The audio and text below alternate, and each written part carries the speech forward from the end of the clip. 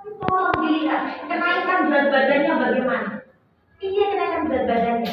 Ada istilah namanya growth faltering atau rencana gagal tumbuh. Siapa ini? Yaitu anak-anak yang tidak naik berat badan 3 bulan berturut-turut. Siapapun dalam masa critical period.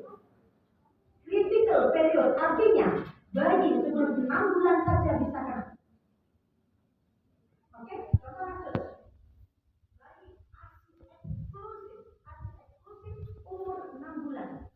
Datang ke saya untuk imunisasi. Hanya itu ya, DPT akhir. Saya lihat di kayak kok, Bu, ini tuh anak-anak kok ini tuh. Doa yang paspor buat saya tuh booking, itu paspor anak. Jadi ya, Masya Allah, sejak umur 3 bulan gak mudah berbadani. Kalau mundurnya tuh kok dulu pandang pada ibunya itu sama itu anaknya. Dulu kita eksklusif, siapa peduli? Kami yang kayak ini, kami perhatikan kayak ini, belum asli. Benar. Tapi karena 6 bulan dia belum berbalik. Jadi ketika fase lanjut dia harus delay motoriknya terlambat tuh. Kalau kita ikuti pasti delay speech. Tidak naik berat-beratnya. Sudah bikin otak tidak berubah. Karena apa? 1 detik kehidupan anak gagal mencari informasi, gagal belajar. Karena apa? Biarpun dia asing, kalau dia asing eksklusif, kalau dia naik 2 bulan saja, saya akan bilang, aku ibu, saya dampingi 2 minggu lagi datang, saya tantang Anda selama 2 minggu asing eksklusif ini sesuai dengan yang kami baru tinggal di tempat saya. Kalau nggak naik, kami nyerah. Selalu sudah. Dan ternyata itu tidak naik berat badannya. Sambut, sudah yakin? Iya dong. Oke, masuk normal. Kalau tidak, MPA sendiri. MPA sendiri sudah 4 bulan boleh. 4 bulan boleh untuk ASI, untuk MPA. Tapi harus nurut, tidak boleh cuma nasi, tidak boleh cuma pisang, nggak boleh. Sudah harus lengkap. Di dalamnya sudah ada protein, karbohidrat, 2 atau 3 kali sehari, bukan 1 kali sehari, ditambahi probiotik. Itu yang paling pentingnya. Kalau kita mau memulai MPASI, jangan lupa probiotik. Karena apa? Dia akan bertemu dengan soulmate yang baru, pacar yang baru. Apa itu? Protein dan karbohidrat. Maka pasti dia akan kembung, dia akan kemungkinan muntah. Maka sebelum makan, mungkin 2 atau 3 hari sebelumnya, kasih probiotik. Karena apapun, yang paling murah sekali nggak usah. Nah, setelah dikasih probiotik baru dikasih makan. Langsung aja, pagi 1 kali, sore 1 kali. Observasi 2 minggu. Setelah 2 minggu gak ada kenaikan, urusan saya lagi. Itu makanya aktifkan BPJS. Kalau nggak mungkin JACC, datang ke tempat praktek saya tak kasih surat sakit. Itu tuh bisa tembus BPJS. Tuh kan tuh, saya nggak bisa dapat jauh saja karena mau nambah kita baru beli. Kalau bilang sama beli saya butuh surat sakit, bisa dokter. Ayo, karena kita bisa ketemu 2 minggu sekali. Mau didekati silahkan, dokter lain juga bisa, kemudian dengan dokter lagi. Tapi intinya itu, jika anak kita sudah mengalami gangguan awal, sebelum sampai ke tahap berat badan turun, sudah diskusi sama kami. Diskusi sama kami, nggak mungkin namanya marah. Kalau udah tahap stunting ya siap-siap, udah siap-siap saya bikin nangis. Kalau anak sama sudah masuk stunting, saya pasti akan bikin nangis dengan anak. Anak kalau buat saya udah telat banget, udah rusak otak itu sih, udah rusak otak. Nah, anak saya PJB dong. Sebelumnya dari dokter lain dong. Ya, oke, itu baru. Oke, kita baru ketemu jadi oke, nggak apa-apa, nggak masalah. Tapi setelah ini harus kerjasama. Ya tidak ada alasan satu pun bagi seorang anak untuk menjadi gizi buruk. Oke, lanjutkan. Alasan lain yang harus kita perhatikan pada tumbuh kembang anak, saudara ya, sinak pada fase kritikal sudah tahu pada saat ini bila ada gangguan hancur semua. Jika anak kita masuk ke tahapan stunting di umur kurang dari 2 tahun, sudah cari bantuan sama dengan kalau kita mau rumahnya kebakaran itu, cari segera sebelum daerah lain terbakar. Karena memang betul-betul stunting itu artinya bukan hanya dia tingginya berkurang, tingginya tetap, tapi sel otaknya itu rusak. putus. Kalau pruning ya, kalau pruning itu istilahnya dia akan putus pada waktunya. Jadi kapan usia 5 tahun. Jadi pada saat usia 5 tahun sel otak itu akan sinap itu akan mengalami penghancuran self limited. Itu normal. Soalnya kalau nggak dihancurkan sendiri, maka dia akan mengalami gangguan kejiwaan orang-orang itu. Tapi masalahnya yang di pruning atau dipotong itu ada sel-sel yang nggak kuat. Sel yang nggak kuat adalah sel yang kurang mendapatkan informasi dan nutrisi. Jadi kalau anak kita kasih stimulasi informasi kurang tepat dengan apa? Televisi, gadget, HP, maka itulah informasi yang kurang bagus pada anak. Pada saatnya nanti sel yang mendapatkan informasi itu akan terpruning, terpotong, sehingga apa? Anaknya mengalami gangguan bicara. Itu loh dasarnya. Jadi informasi yang kita berikan pada anak itu harus adekuat, harus kuat. Contoh, misalkan bayi, misalkan pernah lihat saya mudah bayi di tempat praktek, seperti itulah. Saya dekatkan face to face, jarak kurang dari 3, bahkan sangat dekat, sekitar 10 sampai 15. Saya pandang matanya, dia langsung pandang mata saya. Karena jaga bukan mata saya, tapi jilbab saya. Benar. Di sini warnanya ada, di sini aura kita tuh ada. Jadi dulu aku tuh cuma lawan dia kok. Ini masih abu-abu nih. Tapi di sini ada aura di sini. Aura saya jelek hitam, jadi kelihatan sampai. Jadi yang dia tuh di atas saya gitu. Saya lihat, kemudian saya ajak bicara dia. Bicara biasa. Jadi bicara nadanya itu nada bayi, tapi isinya aneh. Kamu kok nggak naik-naik berat badannya? Mama tuh salah ya. Ketawa dia. Ibunya yang bingung ya.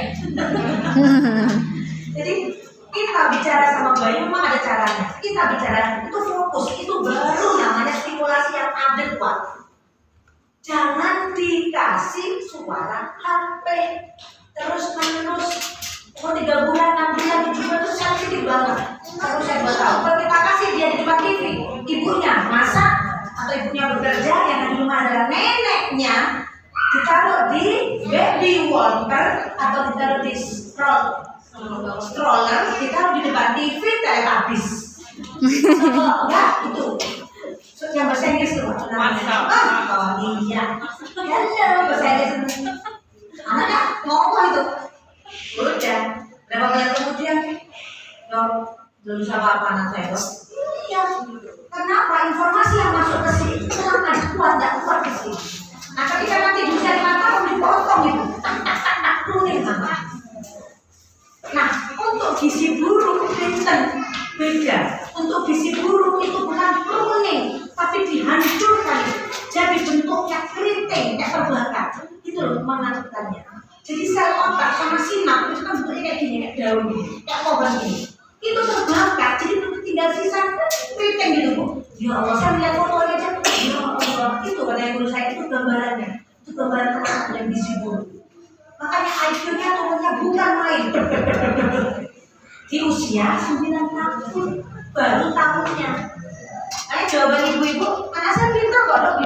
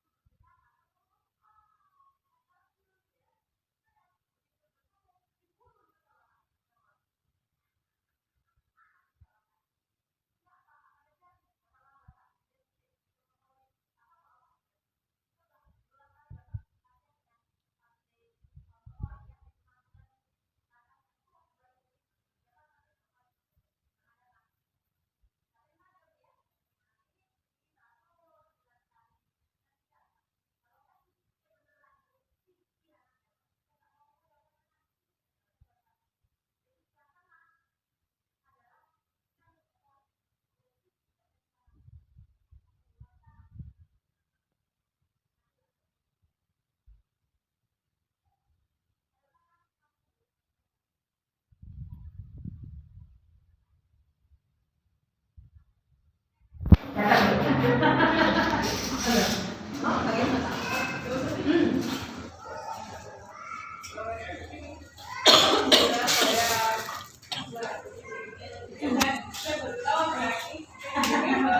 Ini aja lah.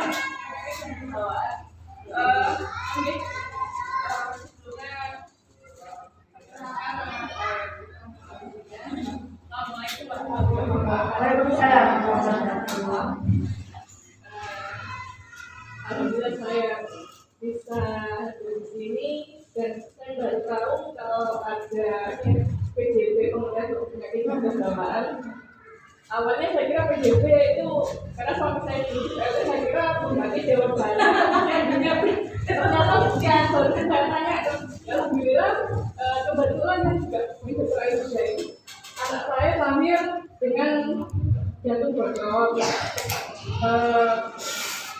Usia 7 bulan waktu SD itu memang, tapi kalian berikut sih aman. Saya lihat memang salah satu sekali 0,7. Karena usia saya juga biasanya SD, tapi latih maka semakin bagus. Ototnya dilatih dengan apa? Dengan nutrisi. Ya, kita bikin otot kita gempal dengan nutrisi, dengan dilatih. Nah, latihannya itu adalah dengan nutrisi yang baik. Nah, akibatnya itu bukan hanya ketika anak terpenyakit jantung bawaan aja, akibatnya itu sampai dengan selanjutnya. Makanya anak penyakit jantung bawaan tidak boleh, walaupun sudah operasi atau sudah menutup, tolong jangan baik-baik saja. Tolong jangan keluar dari LHC. Karena apa? Banyak hal yang akan masih bisa membuat anak jatuh pada lubang yang sama, tapi tidak dengan penyakit jantung. Ambil contoh ya. Itu dari mana? Yang situ terakhir dari dulu saya. Ya, itu post op. 3 bulan ya. 3 bulan post op, nyeri dada. 2 kali rawat inap ketiga di Subandi. Artinya apa? Biarpun sudah tindakan, walaupun sudah tindakan, bukan berarti bahwa anak kita oke. Ya, itu dasarnya yang kita materi sekarang ada itu. Nah, our children is not okay. Anak-anak kita tidak oke. Anak kita tetap butuh banget nutrisi yang terbaik. Jadi dongkraknya emang susah. Kita tahu kan, susunya dok sudah sekian dok. Sudah kita pakai susu yang gitu kan. Nah, oke, gitu kan. Tapi itu nggak bisa, bukan nggak bisa. Tubuh anak kita bekerjanya bukan main. Makanya tidak ada penurunan. Dan kalau jidan ya tingginya nambah, kepandainya nambah, bukan main. Caranya jawab ke saya aja, masya Allah. Kalau di praktek itu melebihi kakaknya kalau jawab ke saya bu ya. Itulah kepandainya yang dia dapatkan. Tapi untuk berat badan, ibu harus bekerja lebih. Nutrisinya, kalau stimulasinya ibu udah full dose, udah pandai banget. Tapi untuk bisa membentuk otak yang sebaik itu, ibu butuh betul-betul effort yang luar biasa. Karena apa? Itu aja tubuhnya udah terbiasa untuk bisa menangani metabolisme yang berbeda. Apalagi dia dengan dengan pemikiran untuk alergi, ya alerginya bukan main, dan sudah punya rumah di sini untuk pneumonia. Saya kalau udah kena pneumonia, kayak saya yang udah kena pneumonia, naik tangga dia nggak ngos-ngosan. Tapi kalau saya disuruh misalkan angkat beban, saya kuat. Saya angkat beban berapa saya kuat. Tapi kalau disuruh naik tangga saya nggak bisa. Jantung saya tidak bisa mentoleransi naik tangga. Karena apa? Saya sudah pernah masuk ICU untuk COVID pneumonia. Jadi masing-masing tubuh saya kalau udah kena ketularan pasien 1 kali tidak akan ketemu saya 3 hari. Karena apa? Saya stuck. Itu karena di dalam paru-paru saya sudah ada rumah untuk pneumonia. Sama sih dia juga begitu. Begitu ketularan flu dari kakaknya atau dari ayahnya, sudah datang sudah ketemu saya. Seminggu sekali, bahkan saya seminggu 2 kali. Kita jahatnya lah belum, yang muntahnya lah belum. Dan kalau pneumonia masalahnya bukan di paru-paru, mboten. Masalahnya ada di mana? Di perut. Makanya anak cenderung kembung atau diare. Karena apa? Hipoksia. Anak pneumonia artinya alveoli yang harusnya terisi udara, terisi dahak atau terisi nanah. Artinya apa? Oksigen yang diambil itu kurang. Artinya apa? Organ lain pasti minta tolong. Tolong saya kurang oksigen. Salah satunya adalah apa? Makanya selalu kita kasih probiotik untuk bisa membuat enak perutnya untuk pasien-pasien yang pneumonia. Kenapa kok pneumonia dikasih probiotik? Ada alasannya. Saya yakin semua yang ada di sini akan tahu. Mengenakkan pencernaannya, dan pencernaan yang enak melindungi otak yang enak, namanya gut brain